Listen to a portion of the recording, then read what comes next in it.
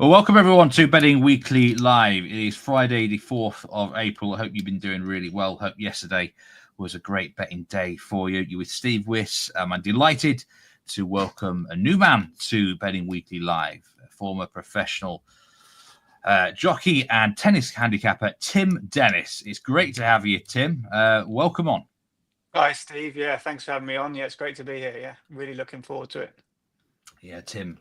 We've got loads to discuss today. We've got tons of tennis action in the ATP Tour and WTA events. We're going to have a little bit of Grand National talk later as well, and I'll be here with several soccer selections. Remember, there's loads of live streams today. I'll talk you through those as we go on, and notable Thursday winners and losers. But welcome into the chat, everyone. Paul Laguna.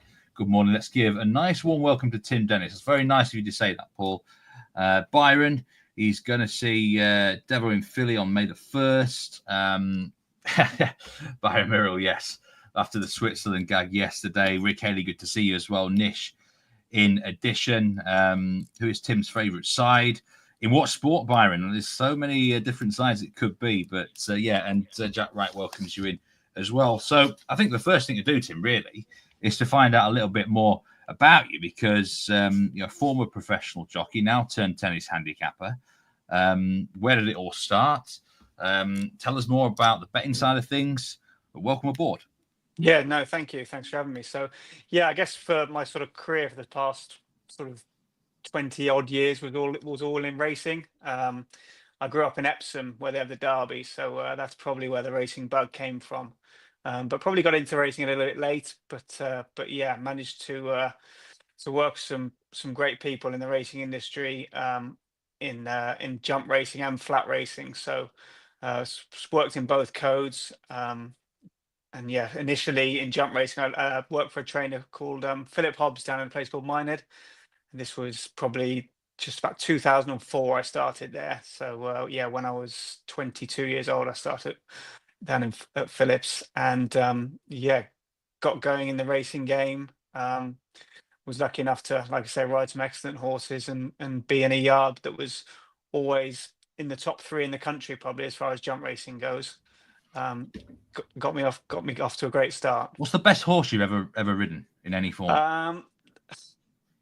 In any form, it's probably two answers to that question, because you have the jumps horses and your flat horses that are completely different. Jumps horses are a little bit more robust and a little bit more powerful, whereas the flat horses are a little bit speedier. I guess the best way you could probably describe it is if comparing to cars, Ferraris and Range Rovers, perhaps.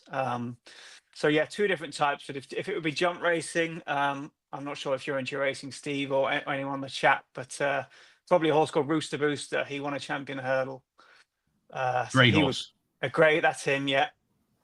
And Yeah. probably a nation's favourite, certainly in the UK, because yeah, like you said, he was grey, and everyone seems to love a grey. And so yeah, on the jumps, it would be a horse called Rooster Booster, I think. And flat, well, there's a good question. I probably never lucky enough to ride her, because I was always on the always more in the training side of it then. But there was a filly called Sariska when I was at Michael Bell's, and she won the Epsom Oaks and the Irish Oaks. So yeah, she won 2 classics in the same season. So she would be the flat one, I'd imagine. Yeah.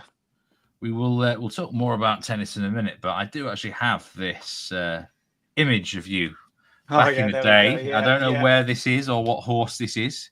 Yeah, but that's that's a nice run of the mill horse. But yeah, a nice picture. That is Tim in action. A lovely looking horse, I must say. But now you've sort of converted into this tennis handicapper on the betting side of things. Where did that originate from? Yeah, so I've always been into my sport, and I probably started getting into betting on tennis probably just over 10 years ago now, and sort of progressed. And the more interested I got, the more I learned about it, the more it sort of snowballed, if you like, and started doing it a little bit more seriously, sort of 7-8 years, and then sort of realized it could actually go somewhere, and sort of went full time 3 years ago now. So yeah, really enjoying that, and just trying to do my best and learn each day, and just take it as it comes. Yeah, I think it kind of shows that you can, if you're into your betting and you decide you want to focus on certain sports, you can do it. You learn your trade. And now, like you said, you've had several years of experience about it. We will be talking about ATP Houston, WTA Charleston today, and as well as the Bogota event. And we're going to get your thoughts on some matches, the outrights, stuff like that. Just wanted to go through some notable winners and losers from yesterday on the sportsbook. $45,000. Lakers -1 against the Warriors. That was a loss, unfortunately. The Grizzlies as well didn't do anyone any good. $20,000 on the Grizzlies, -2.5. That was a loss by 0.5 point, I do believe. So not the greatest day on the sportsbook yesterday for the big bets. With the bettors on the Bet Rivers sportsbook. But Friday is a completely different day. Put your best bets in for Friday. In the chat, whatever sport you're taking. We're going to start off with a bit of soccer soon. Mandeep Singh says, great to see more tennis content. And Tim will be part of the new Betting Weekly Tennis Live show, which is starting on Monday. We're going to do Monday through to Wednesday every single day. It's going to be live at 1 p.m. Eastern time. The first edition is going to be Nigel Seeley and a new host, Mitch Michaels. Dustin Fox is also going to be on the Betting Weekly Tennis Live, and also the newsletter. It hasn't been released yet this week. The Betting Weekly Insider. I don't know if you've seen any of the Insider, Tim, but it's been going really, really well. A great piece of publication. I think it's on its 4th week now. I've just put the link into the chat there. But do subscribe to it if you've not already. It will be in your inbox within the next couple of hours. Paul Laguna's got his lock in there before he has to go into a meeting. Duke -5. Of course, the massive conclusion to March Madness in the basketball this weekend. Villa fan, good to see you. And Buelo Charles as well. Stephen from Lynn. Good to see you. Welcome in. Duncan Evans. Looking forward to that tennis show. A lot of people are looking forward to it. Baron Muir says Herenveen win to 0 and Nice not both teams to score. I actually like that both teams to score as well, Baron. I'm going to talk about it in a minute. Anyway, so we'll start with a bit of football, Tim. I don't know if you're into football. Someone asked if you support a side. So do you have a football team? Yeah, not great time. Sorry. Not great times for my team at the moment. Yeah, the red side of Manchester. So I had some great years growing up as a teenager, but I'm paying for those good years now because it's all downhill at the moment. That's for sure. Yeah, unfortunately, we had one of Simon Holden's big bets of the year in midweek was on Man United at Forest, and they let him down. And then Manchester United aren't really trustworthy from a betting perspective these days, are they? At all, they're capable of anything. Yeah, I think they've been letting a lot of people down now for a few years. So, yeah, you're going to be fairly brave to be relying on United too heavily at the moment, I think. But I don't know. They got City at the weekend, so I mean they beat them at their place, so hopefully they can go well again. But I mean City look a long way off where they used to be too. So yeah, it's not going. I don't think it's going to be a particularly inspiring Manchester derby this weekend. I do quite like the under goal line in that, I must say myself. I think it could be quite a turgid affair. A team that perhaps, well, I've been more trustworthy over the last 4 or 5 years, let's say, is Bayern Munich, and that is probably the headline game of the day in Europe. We've got Augsburg against Bayern Munich there. Augsburg are a 7-1 shot today. The tie is +390 and Bayern Munich -278. Over 2.5 goals at -167. I'm going to go against Bayern Munich today. They're facing an Augsburg side. They're 11 matches unbeaten in the Bundesliga. They've only conceded 3 goals in that period. This is not a place that Bayern have done well in the last 6 years. They've never won by more than 1 goal in Augsburg in the last 6 meetings in the Bundesliga at this stadium. So I think the +1 Asian handicap on Augsburg is worth betting on here at +133. So if they lose by exactly 1 goal, you'll get a full push. I also like under 3 goals. Under 3 goals on the Asian line at -127. Bayern Munich have a massive game coming up in the Champions League against Inter. And I think they may well be looking ahead to that. They have enough of an advantage in the Bundesliga. You know, if they show their champions' qualities here, and, you know, this could be one of those ugly sort of wins to get the job done without playing at their best. And that's fine. Moving by 1 goal, we're not going to lose anything. But Augsburg, this is a difficult team to face right now. So for those just looking for an easy banker, easy lock on Bayern, I don't think it's necessarily the easiest match for them. It's a difficult spot for Bayern Munich, I would say. You could play the plus 1.25 Asian handicap at minus 104, and then you even win money if they lose by 1 goal, which certainly has appeal. There is a house special in this game with Bet Rivers. Harry Kane to score in the first half, Bayern Munich to win in the first half, and that's at plus 275. So if you like Harry Kane to come out hot and Bayern to be leading at the interval, that 1-0 Bayern, and you would win that house special. A difficult man to ever bet against. Just looking through some of the comments now. Again, anyone got anything on this Bayern? Joe Bamber's taking Bayern winning both teams to score, yes. And Byron says both teams to score as well, Bayern, Augsburg. I mean, you wouldn't always trust this Bayern defense, I must say. Plenty of money, though, on Bayern Munich, as you might expect. 98% of that money, 98% of the tickets. $10,000 bet on Bayern, draw no bet at minus 715. And the money line, there's over-under money is 83% of it there. Bayern Munich have had quite a few significant injuries recently. Upamecano, I think, ruled out for the rest of the season. Alphonso Davies, the international break didn't do them very well. We're getting to the stage of the season where fitness is really important. I mean, you were, a former professional athlete, Tim. How important is it to pace yourself throughout the whole sort of sporting calendar season, really? Otherwise, you can get burnout. And how perhaps when sudden injuries like this happen, it can impact the team negatively. Yeah, I mean, absolutely. I mean, certainly for these footballers, it's such a long season in it, and you've got not only nationally, but you've got these international games going on as well. So if you've got players at the higher level that are pretty much playing club and country, they're on the go pretty much non-stop now, aren't they? So it's so important for these guys to have big squads. So if they get to these times of the season and they do need the rest, so you might have, let's say, a proper 18-man squad of players that you think can fill an 11-man side. Obviously, your squad's bigger than 18 men, but you'd like to have almost 18 first-team players, if you like, so you can give these guys a bit of time out, because, like you say, they will suffer from burnout otherwise, because they're playing so many games at such an elite level. It's just not possible to do it consistently without having the niggling injuries. And once you get the odd injury, you're going to get a few, and it always seems to be catching up with you. Do you bet much on tennis and other sports, Tim, or are you mostly? I mean, Mandy Sim's coming with a question here. Are you more of an ATP tour handicap, or are you on the women's, or a bit of both in the tennis? Yeah, probably a bit of both, really. I'm certainly, obviously, I follow the show on here with Sean doing the men's and Rory doing the WTA stuff. Obviously, both with Nigel. So yeah, I try and keep abreast of as much as I can, really. As far as specialising on one side, I don't think that's the case. It's just trying to keep a cover of it all, and I think you can find a good angle on either, or just whichever you like the best on each day. Just looking through some more comments here. Joe Bamber says Kane could not win at halftime against St. Pauli at home. So who thinks they will do it now? That's a good question. I mean, I don't fully trust Bayern under Vincent Kompany anyway. That's another reason why I'd happily oppose him today on this +1 Asian handicap. There's other matches going on. Blackburn Middlesbrough, I don't have anything on that particular game. Both sides. I mean, Blackburn is sinking like a train at the minute, so maybe Middlesbrough might be able to get a win there.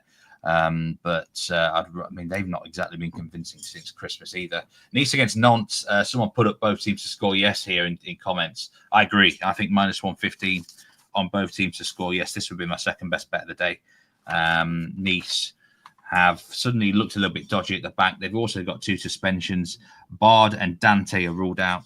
Another defender for Nantes, Castelletto, is suspended. They've got injuries long-term to defensive-minded players like Zeze, who is a very promising player. 9 of the last 14 Nantes matches have been both teams to score yes. And they've only kept 1 away clean sheet, and that was on the opening day of the season. So I think that Nantes will come here with a defensive structure, and they'll put men behind the ball. But I do think they can score on the counter-attack, because Nice need to push for the win. So that, I mean, I looked at the overs here, but I think both teams score yes, may well, with a better bet at -115. 78% of the money on the money line is on Nice for this game. And in terms of over-under, 52% of money is on the under. So the bettors are pretty split in that one. Let's just have a look at this. Yeah, Bayern, you were both teams to score, yes. And Ginepi says minus 200 is way too low for Nice. And he also likes both teams to score in this game. It did stick out as a good bet. I thought it'd be about minus 140 for both teams to score here. Bayern's liking Nantes on the +1 Asian handicap. Jack Wright is going both teams to score no, and Augsburg. I think Jack's insinuating the 0-0 might be in play potentially here. Augsburg have had about 3 0-0s, I think, since the turn of the year. So it's not exactly the most far-fetched reasoning. I do think Bayern are in a bit of a flat spot. Do put your best bets down for today. There's a couple of other games. We've got Genoa, Udinese, and Rayo Vallecano against Espanyol. I think Jack did put something up for the Rayo game. Got to say, I'm no bet in these two matches. I do like the under in the Genoa Udinese game, but I think the goal line is just too low now. Under 2.5 goals at minus 220 is ridiculously short, really. The Asian goal line's nearly at 1.75. Half-time draw could be looked at here at minus 105 as well. But this is a mid-table battle. Both teams don't really have a lot to play for now. They're going to be safe, I think. So, it's a difficult game. And the Rayo match, I do think Rayo by 1 goal is perhaps likely, but at minus 155, I'm quite happy to leave that one alone. The 0-0 detector is out for Snacks Monster here. Joe Bamber doesn't see a draw tonight. Either Bayern or Augsburg is going to take it. I say my best sucker bet of the day is Augsburg +1 on the Asian handicap, followed by Nice versus not both teams to score. Yes. Okay. We're moving on to the tennis, Tim. We're going to get you some strong thoughts from you here. Let's start with ATP Houston. And we're down at the quarterfinal stage now for these events. So that's the outright market. That's the futures market. Tommy Paul's the favourite at +200. And we've got a big outsider in Christopher Eubanks there at 16-1. But at this stage of a tournament, often we get a minus money favourite, Tim. So it suggests it's quite an open field. Who do you think is the most likely winner of this tournament? Yeah, absolutely. You've got, I think the first thing to say is you look at those names there, and the one thing to take from that is all 8 of those names are American.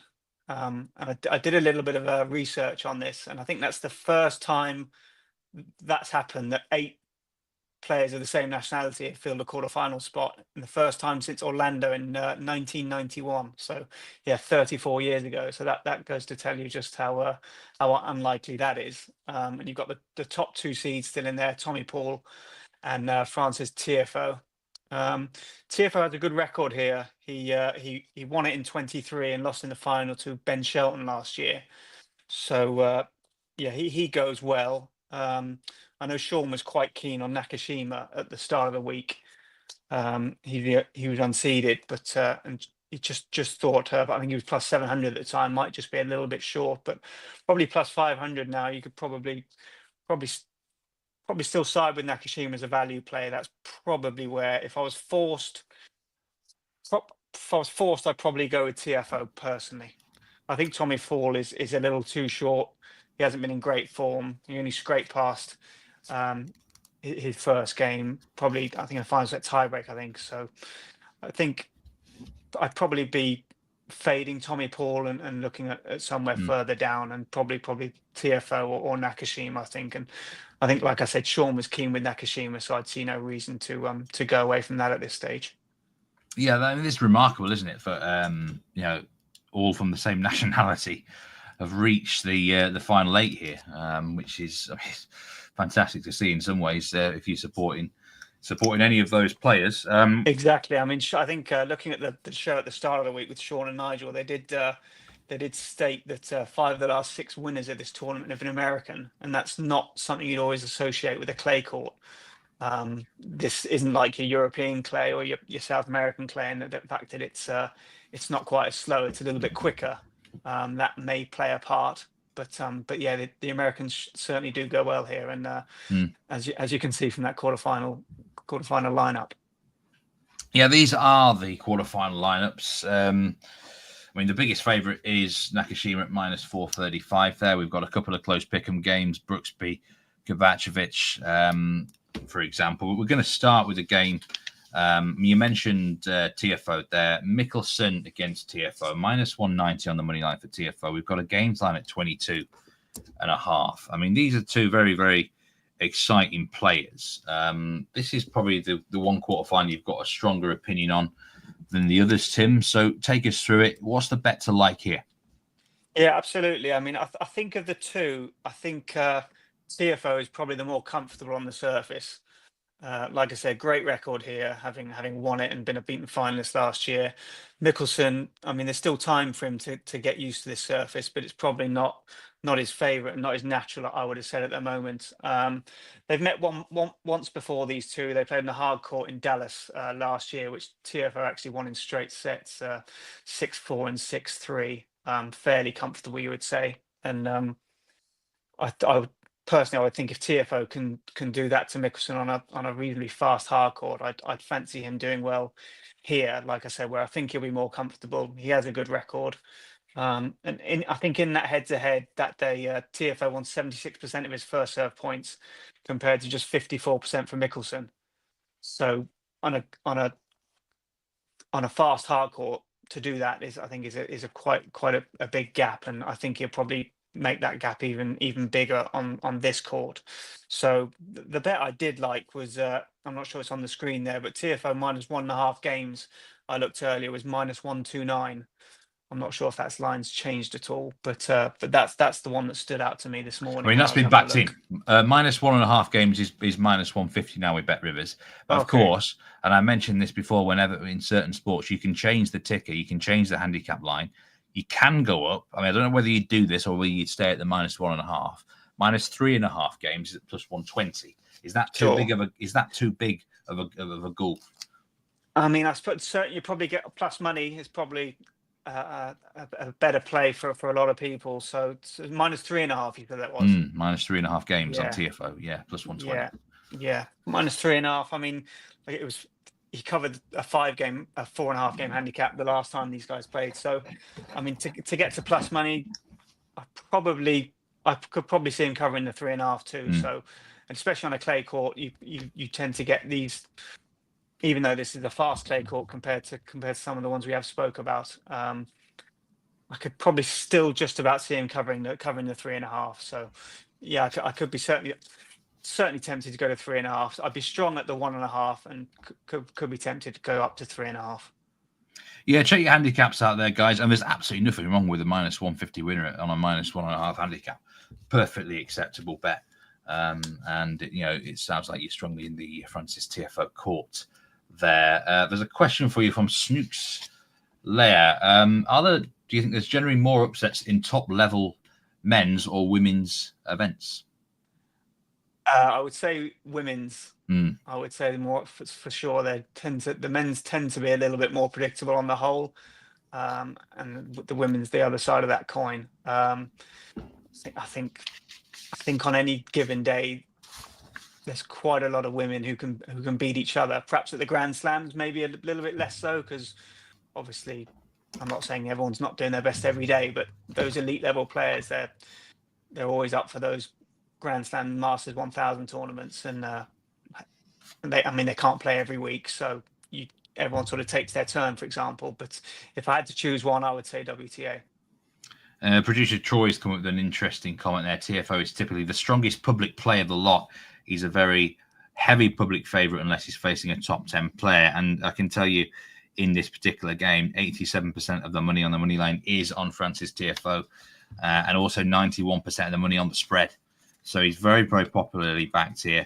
You can absolutely in his court as well. Minus 1.5 on Tiafoe. Possibly look to minus 3.5 if you're a bit braver and you like to take plus money. Yeah, I can see why that line's moved. Yeah, minus 129 this morning perhaps was a little bit generous, and hence the line has moved there.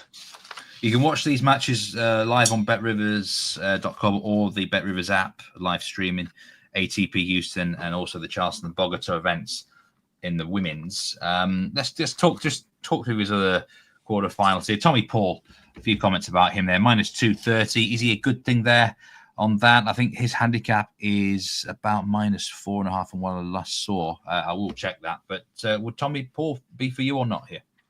I think you'd be a brave person going in at -230. I think. I see minus 265 now. Sorry, I've just these odds are okay? moving. Minus Well, yeah, 265. even braver than going in at -265. I mean, Colton Smith's a qualifier, come in, played well here though. I don't think he's dropped a set so far. So he's obviously comfortable on the surface. Tommy Paul still looks to be finding his feet in his first match the other day. So yeah, to me, you'd have to be pretty brave getting in at -265, you say now.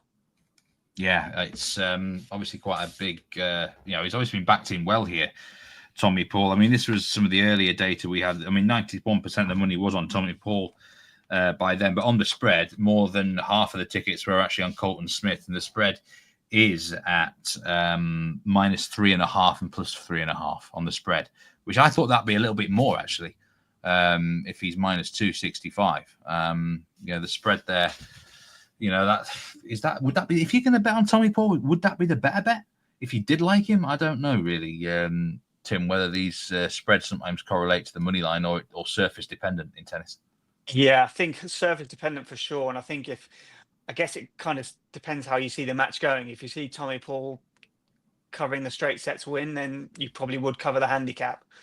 But then if Smith takes a set, then you're certainly going to be a little bit nervous about whether he would cover that handicap, because I mean these clay court sets can be won 6-2, 6-3 very comfortably without doing too much wrong. So yeah, probably brave. If you're thinking Tommy Paul's going to win comfortably, then you might want to have a look at the handicap. But I think a tricky match to really be confident either way for me.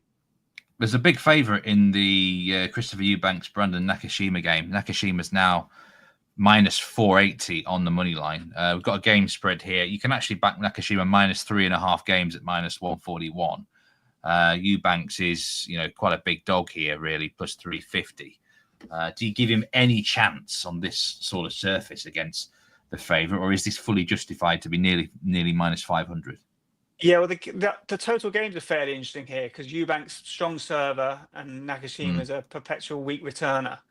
So if I was forced to go one way, the games looks fairly cheap there. I mean, like I said, the clay court, a fast-ish clay court, and Eubanks has served fairly well so far this week.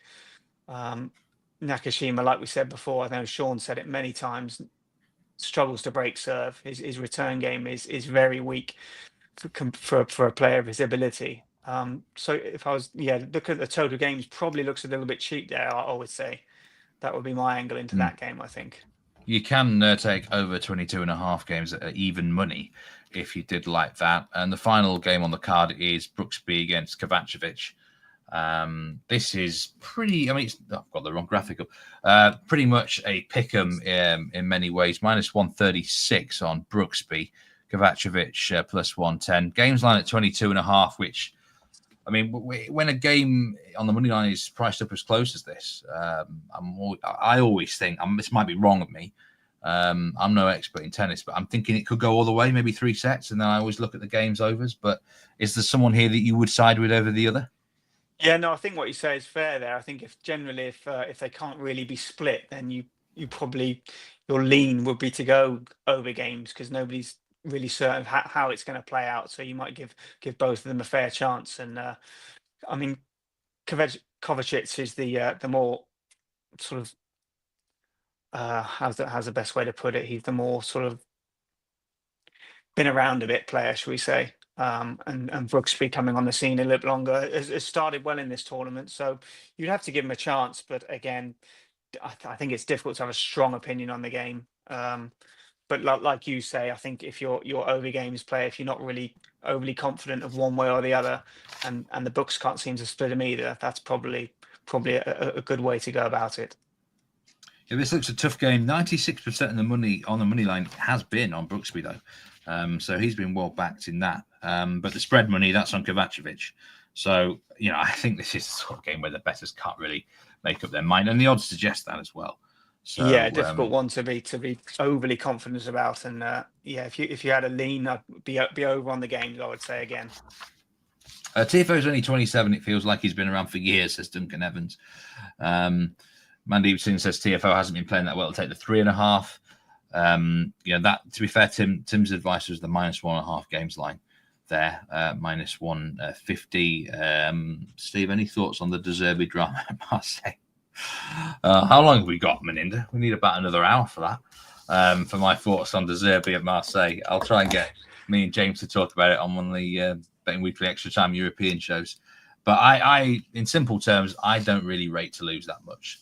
So I wouldn't actually be looking to oppose Marseille this weekend. But it is worrying how things have been going in the Marseille. Let's move on to a women's event in Charleston here. And we've got Jessica Pegula +220. Zheng at +260. That was one of Nigel Seeley's outright futures for this tournament. So, he's got the second favourite live running for him there. We'll talk about the matches as well. Anisimova at +500. Do you think Nigel's got a chance with his futures bet here on Zheng? I mean, yeah, I think he definitely does. And I've just looked to my left, and Danielle Collins actually leads Jessica Pegula 5-1 in the first set at the moment. So +220 on her is not looking too great as far as Pegula goes right now. So yeah, Zheng will play actually the winner of these two in the semi-final. She's on the same side of the draw. So yeah, I'd be if I was sat where Nigel was now, I'd be quite happy. Yeah, of course. You can bet live in play on Bet Rivers right now on that match. So that'll be very interesting to see how it goes. These were the quarterfinalists, of course. Ignore that one on the top left. That's how it was priced up before it started. Jess Pegula was -210. She won't be -210 now. I can tell you that. Collins is just serving for the first set now. No, she won't. In fact, I can tell you the latest odds on Pegula. She's +185 to win from this position. She's 5-1 down. Things can change. -265 now is Danielle Collins to win. If you got that +165 earlier, you would be pretty happy. What about these other? She has. Sorry to just bust. Yeah, she has never lost to Collins though. I think she's 4-0 against Collins. That's one interesting look at it. But could that be a bet? Like in play right now, would you just blindly bet on Pegula from one? I mean, if you were looking at the head-to-head, you would. I mean, she got to the final of Miami last week, lost in the finals to Sabalenka there. Nigel spoke about fatigue earlier on in the start of the week show, and I mean, she could be strictly on the head-to-head, but I would probably hold fire just because she made the final there in Miami, and fatigue might be a little bit of a setback for her here. Yeah, there's still some more quarterfinals to talk about, and there's one match in particular that really caught your eye here, Tim, and that is the Anisimova game against Emma Navarro. I mean, it looks quite a close betting heat, +116 on Navarro. I will check if there's been any actual changes to those odds. But what's the bet here then, Tim? What catches your fancy? Yeah, well, again, looking at it this morning, the odds have slightly changed as well. I think this morning Anisimova was -121 and Navarro was -103, and Navarro now plus money with strong support for Anisimova. And I can see why the support's come for Anisimova. These two have met twice, Anisimova winning both of those games. I think she's on this kind of, similar to the men's side, on this kind of clay court, a fast clay court. I think just Anisimova is going to overpower her here. I think she'll just have too many weapons for her. A strong server, strong forehand. So yeah, big serve +1. Navarro played 3 sets yesterday against Aisling Kruger, and I think Anisimova, I thought -121 was very fair, and as that's proved to be with the money coming for her. -145 she was now. Yeah, -143. I mean, is that still a bet for you, Tim? I mean, that's she's been backed in, but not to a crazy level as of yet. Yeah, no, not to a crazy extent. I mean, yeah, I still think she'll win the game. Whether obviously -143 is not as great as 121, but yeah, I still think she'll win the game. I just think on this type of clay court, I just think she'll have too much power for Navarro. What about the other two quarterfinals? Would there be anything that catches your eye in the Zheng Alexandrova game? Someone's put in Alexandrova, I think, as a pick in the chat. And then Kenin Kalinskaya. You're going to have to pronounce that one for me, Tim. I'm terrible with some of these names. But would anything catch your eye in the other two? Yeah. I think, well, Qinwen Zheng, you're probably certainly hopeful. Obviously, Nigel's selection. That should be a good game because Ekaterina Alexandrova, she's probably not your normal clay court, but again, this isn't your typical European clay court. So that should be an all-out sort of attack match. I think they're both powerful players, like to go at it from the baseline. Both in reasonable form. I think Zheng is really just coming to the front now. She won the Olympic gold on clay at Roland Garros last year. Likes the surface, and I think strong server. So again, the faster court will certainly aid her. And yeah, she looks the one there, but strong minus money. The Sofia Kenin Anna Kalinskaya game looks very interesting because they're both sort of on the comeback. Kenin looked excellent last night, as did Kalinskaya. I mean, Kalinskaya won a Masters 1000 last year in Dubai, I think it was, and hasn't really had things go her way since then, though. But looked to be coming back to the boil last time. So yeah, that should be a cracking match. And again, looking at the overs line, like you said, a fairly tight betting heat, and I think both of those players are well capable of winning a set each. So it wouldn't surprise me if that one went all the way.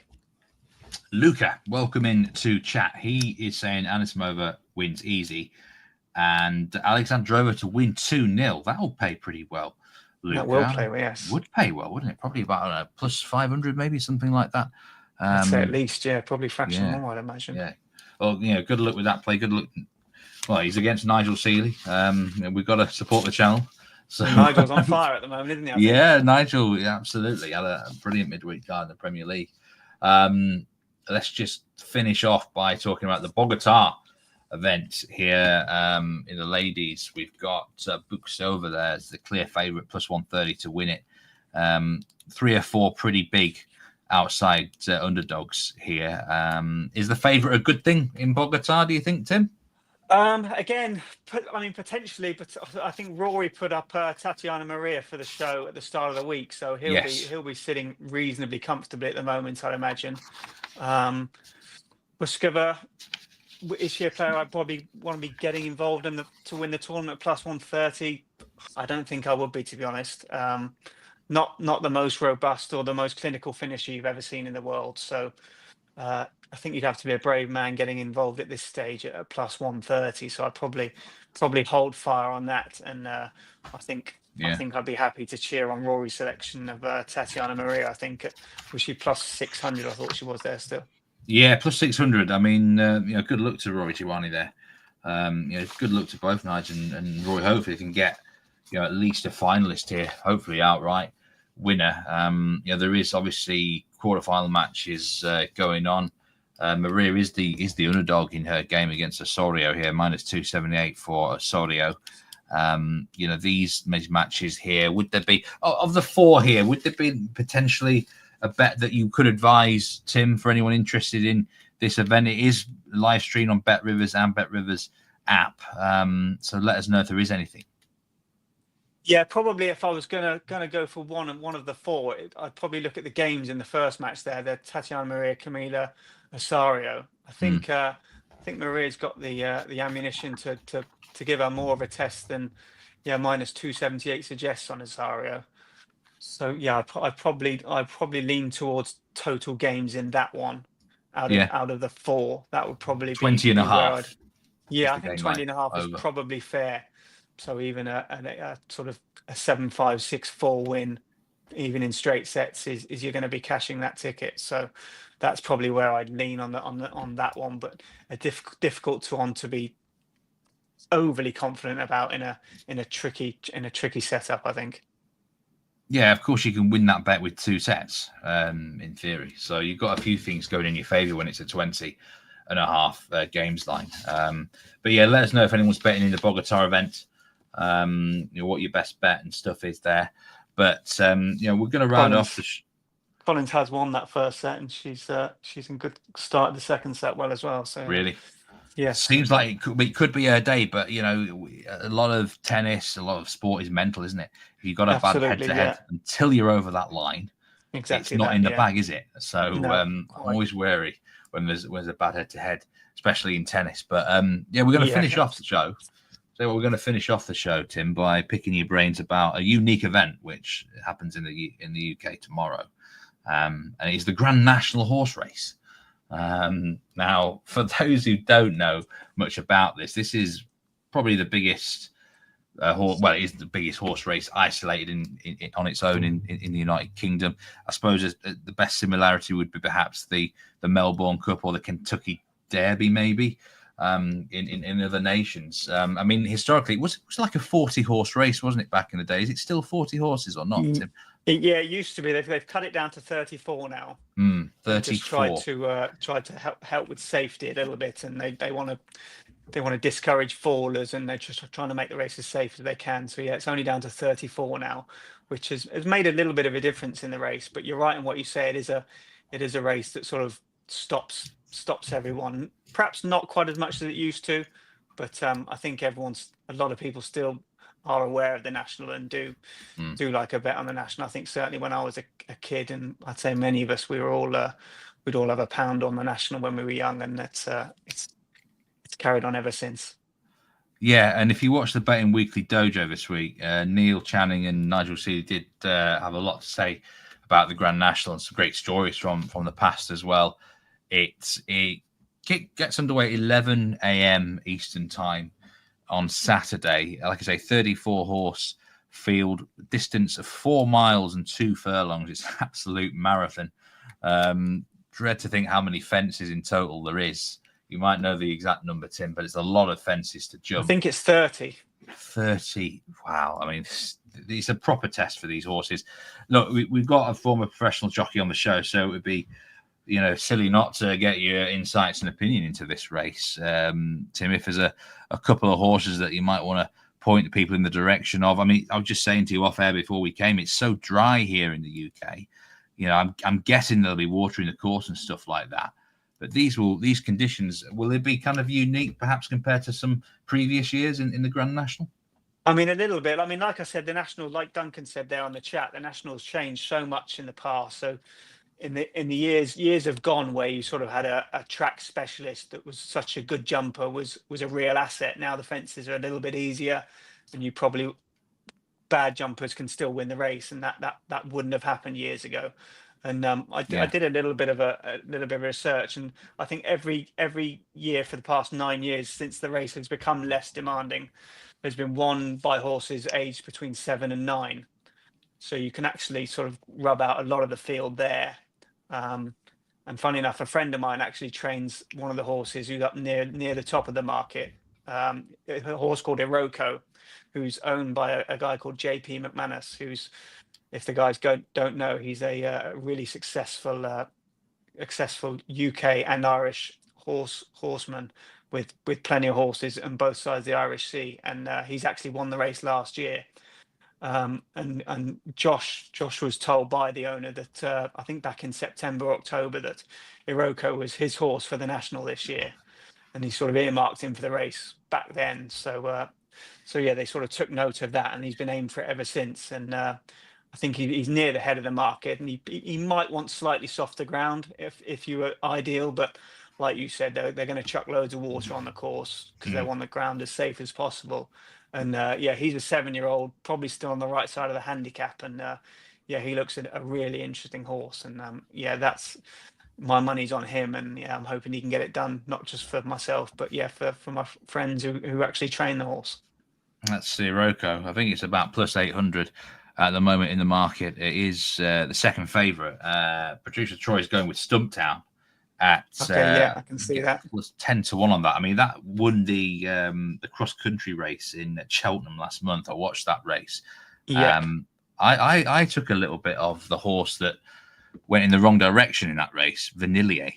I would have been interesting to see how it would have done if it hadn't have gone down the wrong route in that race. Yeah, definitely would have helped. 14-1 on that one. So that's it. Iroko is what Tim Dennis suggests to people. Let's just see. Duncan Evans says the trouble with the National is they've made it so safe. The favourite wins it nearly every year. The defences aren't what they were. There was a lot of negative press about this race with horses dying in it, things like that. So it's different to what it was 20 years ago for sure. Duncan, probably different to what it was 10 years ago, really. He reckons the winner won't be any bigger than about 16-1, and you can discount about 80% of the runners. It depends if there's a lot of fallers. There might be an incident where you get 3 or 4 go down at once. This firmer ground, although there will be water in it quite a lot, like you say, Tim. But best of luck whatever you are taking in the National. Best of luck whatever you're taking this weekend. Remember, the Premier League show's out live. Betting Weekly Extra Time with me, James, and Dan should be out now. If not, then after this show. Remember, next week we've got Betting Weekly Live, 11 a.m. every single day. We've got the return of the Champions League, Europa League, and the start of a new show, Betting Weekly Tennis Live on Monday. That is with Nigel and Mitch Michael. We're looking forward to more content. We're looking forward to seeing more of you, Tim, over the next few weeks on Betting Weekly Live. How did you find your debut? Yeah, no, thank you, Steve. Yeah, absolute pleasure. Yeah, really enjoyed it. Some nice, good questions, and hopefully we can find some winners, and be looking forward to getting started and getting going and trying to share my knowledge and take some knowledge off all you guys as well, because all you guys clearly know what's going on. So some great shows and great to be a part of it. So best bet today then, and I'll let you think about this because my best bet goes back to that Bayern Munich game. I'm going to go Augsburg +1 on the Asian handicap at +133. Do like both teams to score, yes. Nice against Nantes as well. But of your best bets today on the tennis, which one? If you had to pick one, what would you go with? If I think I had to pick one, it'd probably be the Tiafoe -1.5. Obviously, that line is shortened a bit, and obviously the Anisimova line is shortened a bit. So you could probably chuck them in and parlay them up at the shorter lines. So you could probably chuck the 2 in there. That's what we'll go with. We're really bold on the first go, and we'll stick the Tiafoe in at -1.5 and Anisimova on the money line. Well, best of luck with those, and thanks everyone who joined in live or on demand and on the replay, as you say. I'll see you next week on Betting Weekly Live. Looking forward to tons of shows. I think Dan is on Monday. I'm going to be with you with the rest of the week. Remember the Tennis Live show starting on Monday at 1 p.m. Eastern Time. Remember to gamble responsibly. But until next time on Betting Weekly Live, we'll see you all and have a great weekend.